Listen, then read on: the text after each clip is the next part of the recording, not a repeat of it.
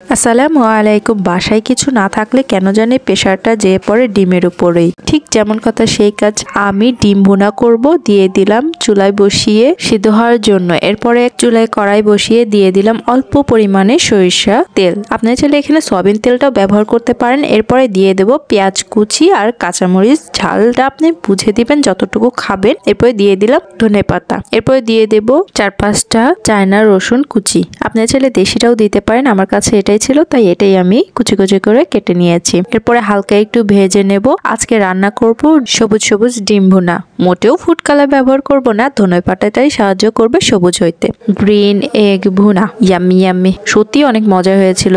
আচ্ছা ঠিক আছে বাবা, আমার কথা বিশ্বাস করতে হবে না, রান্না করে খেয়েই দেখুন। সেম প্রসেস ফলো করে বানিয়ে ফেলুন। এরপরে আপনাদের সাথে কথা বলতে বলতে আমার ভেজে নেওয়া শেষ। এখন আমি এটা নামিয়ে নেব। নামিয়ে ঠান্ডা করে নিতে হবে। আর হ্যাঁ, এটা একদমই ডিপ ফ্রাই করে ভেজে নেওয়া যাবে না, হালকা একটু কাঁচা কাঁচা থাকবে। এই অবস্থায় নামিয়ে নিতে হবে। আচ্ছা, এইভাবে কি আপনি আগে বানিয়ে খেয়েছেন? বানিয়ে খেয়েছেন তো জানাননি কেন বলুন তো। এরপরে আমি এটা ঠান্ডা হইতে দিলাম। এরপরে কড়াইয়ে তেল দিয়ে দিলাম। এবার আমি সয়াবিন তেলটাই ব্যবহার করছি। ঠান্ডা হয়ে যাওয়ার পরে আমি যেটা ভেজে নিয়েছিলাম, মানে পেঁয়াজ, রসুন, কাঁচামরিচ, ধনেপাতা ব্লেন্ডারে ব্লেন্ড করে নেব। আপনারা চাইলে পাটায় বেটে নিতে পারেন। আমার সুবিধার কারণে, কাজটা কমানোর কারণেই আমি এইভাবে বেটে নিচ্ছি। একটু এক বাটা দেওয়ার পরে দেখি যে একটু পানি লাগবে। তারপর পানিটা দেওয়ার পরে খুব ভালো করে মিহি হয়ে গেল। তারপরে অ্যাড করব এখানে শুকনো মশলাগুলো। দিয়ে দেব কাঁচা জিরার গুঁড়ো, চাইলে আপনি বাটাটাও দিতে পারেন।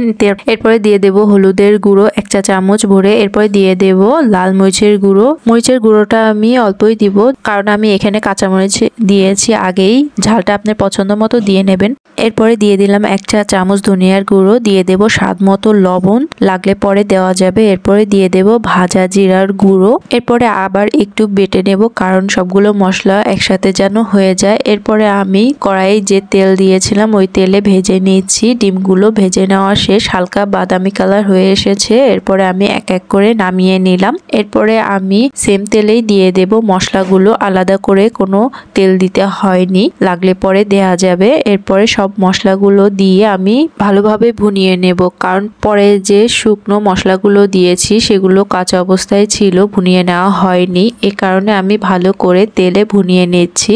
আমি এখানে প্রায় 5 মিনিটের মতো মিডিয়াম আঁচে জাল দিয়ে নিয়েছি। জোরে করে জাল দিইনি, যেহেতু বাটা মশলা ছিল, পুড়ে গেলে খেতে ভালো লাগতো না। ঠিক যেমন হালকা একটু উপর দিয়ে তেল ভেসে উঠছে, তখনই আমি এখানে অ্যাড করব পানি। ঠিক যে জারে আমি মশলাগুলো বেটে নিয়েছিলাম, ওই জারের 1 জার আমি পানি দিয়ে 2 মিনিটের মতো জাল দিয়ে ঠিক দিয়ে দিলাম ডিমগুলো দিয়ে আমি ঢাকনা দিয়ে ঢেকে দেব, যাতে করে মশলা খুব ভালোভাবে ডিমের ভিতরে চলে যেতে পারে। ঢাকনাটা খুলে দিয়ে দিলাম একটু ধনেপাতা কুচি, দিয়ে দেব কাঁচা টমেটো কুচি। আপনার হাতের কাছে না থাকলে দিতে হবে না, তবে হ্যাঁ, আপনি চাইলে এখানে লাল টমেটোটাও দিতে পারেন, ভালো লাগবে। আর না থাকলে দিতে হবে না, কোনো ব্যাপার না। ঢাকনা দিয়ে ঢেকে আমি আবার ঝোলটা একদমই শুকিয়ে নিয়েছি। ঠিক যেমন দেখতে পাচ্ছেন, উপর দিয়ে তেল ভেসে এসেছে আর নিচে মশলাগুলো কি সুন্দরভাবে ভুনা হয়ে গেছে, ভাজা ভাজা, একদম পারফেক্ট। কি দেখে খেতে ইচ্ছে করছে বুঝি? দেখতেও যেমন মাশাআল্লাহ অনেক সুন্দর হয়েছে, খেতেও অনেক মজা হয়েছিল। না বাবা না, মোটেও বাড়িয়ে কিছু বলছি না আর নিজের প্রশংসা করছি না, সত্যি বলছি। আমি মোটেও পাকা রাঁধুনি না, তবে হ্যাঁ, দেখে শেখার আগ্রহটা একটু বেশি।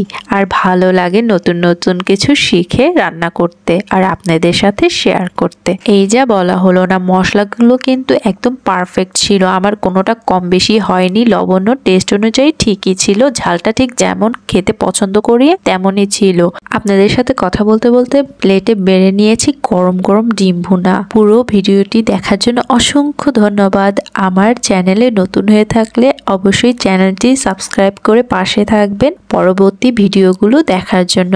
আচ্ছা ঠিক আছে, মনে না চাইলে জোর করব না। জানেন তো, জোর করে কারো ভালোবাসা পাওয়া যায় না। এই যে পুরো ভিডিওটি দেখেছেন, এতেই আমি খুশি। না বাবা না, আপনাদের ভুলিনি, আপনাদের কি ভোলা যায়? আপনাদের সাপোর্টেই তো আমি এত দূর এগিয়ে এসেছি। ধন্যবাদ, আমাকে এভাবে সাপোর্ট করে যাবেন প্লিজ, যারা আমাকে সাবস্ক্রাইব করে পাশে আছেন। আজ তাহলে আসি, দেখা হবে নতুন কোনো রেসিপির সাথে। এ পর্যন্ত ভালো থাকবেন, নিজের যত্ন নেবেন। আল্লাহ হাফেজ।